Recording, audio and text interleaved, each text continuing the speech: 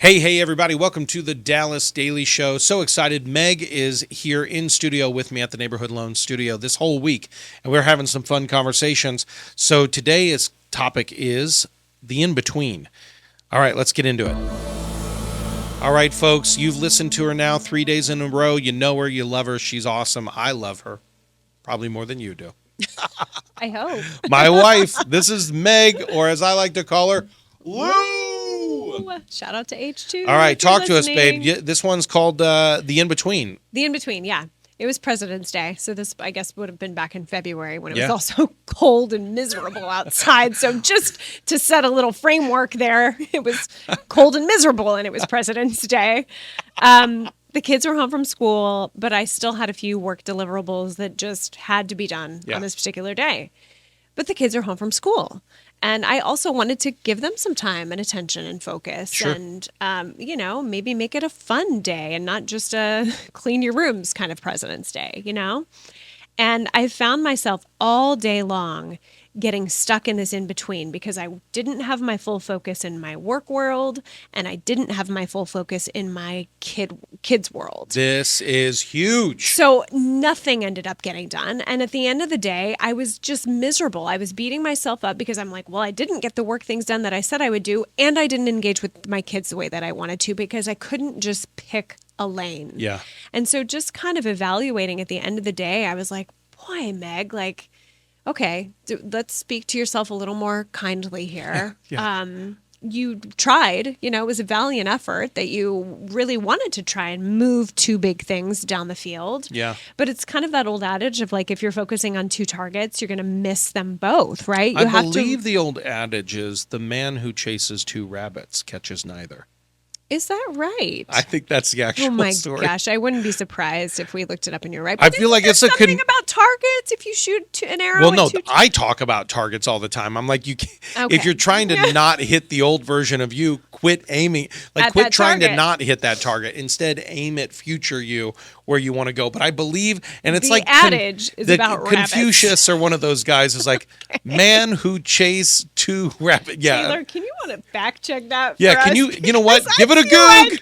I'm gonna use my buddy Mark Norman. Give it a goog. Give it a goog, Taylor. Yeah. The man who chases two rabbits catches neither. Okay, well, I caught no rabbits that day, and I was hungry. Would you say that was a hairy situation? Oh my god! No.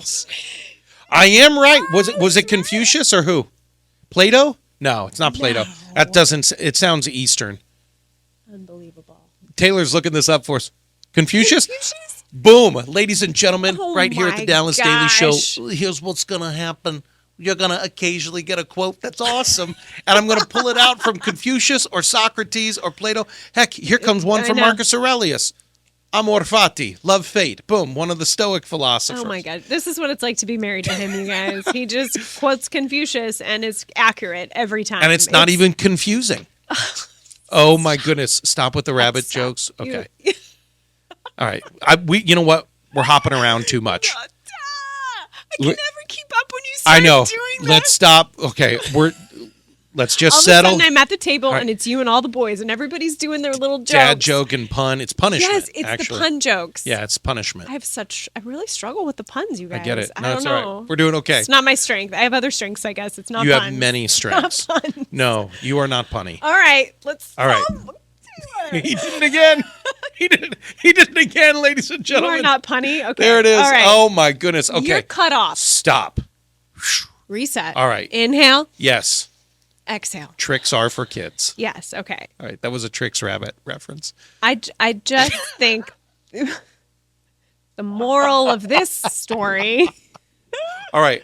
The moral of this story is Meg who chased two things. Is just pick one thing. Yeah. And it's okay. Yeah. It's okay. Or possibly I could have locked myself in my room for 2 hours and just said, hey, boys, give me time. But I didn't do that. I just didn't set up the day appropriately. I remember this day very well because I remember at the end of the day you crying, actually, and being stressed by the fact that you were in both spots. Well, I was. And so to go back to the future self that we're moving toward, right? Yeah. Future self that we're moving toward is the mama who doesn't work at all on President's Day, right? So that discomfort actually became a point of stretching and saying, well, who do you actually want to be in your world, Meg? Do you really need to do these 2 hours? Like, is this really the most important thing? Or is this just something that you put on yourself? Is this just a restriction that you put on yourself because you think this is the most important thing? It wasn't the most important thing. Yeah. Being with my kids was the most important thing. And for the future, Meg, of that I'm moving toward, that's the most important thing. So next President's Day, guys, I'm not working. Let it be known loud and clear. How about 4th of July? Just kidding. All right. So everybody, that's the take home. That's the takeaway for you personally is where in your world are you simply not making a decision to get in one lane or the other? This kind of falls into what we talked about a few episodes ago with the Party in the USA and the Miley Cyrus song of like, sometimes you have to give yourself permission to take the break or to create the space or simply to choose the lane that you're going to go in. And you do it to the exclusion of the other. And there's something really powerful about being exclusionary in your thinking, not from a political or social thing, but here the way I'm saying this is to say, no, I don't do this. This is not what I'm doing today. And you set a very clear boundary and go forward. Your focus will be way more targeted on who you want to be that day and who you want to become, and your energy is going to be less split and more focused as well. So all in all, I think focus, energy, choosing the boundary that you want to keep, the lane you want to be in, it's going to keep you from jumping around like a rabbit. Like a rabbit. There it is. There it is. You know what? It's time for us to hop out of this episode. Meg, they know what to do on the pod. Go ahead and you sing us out. Have a championship day. Thanks for listening to my dad's podcast. For more tools, go to DallasDailyShow.com. Be sure to like, subscribe, and share. Thank you.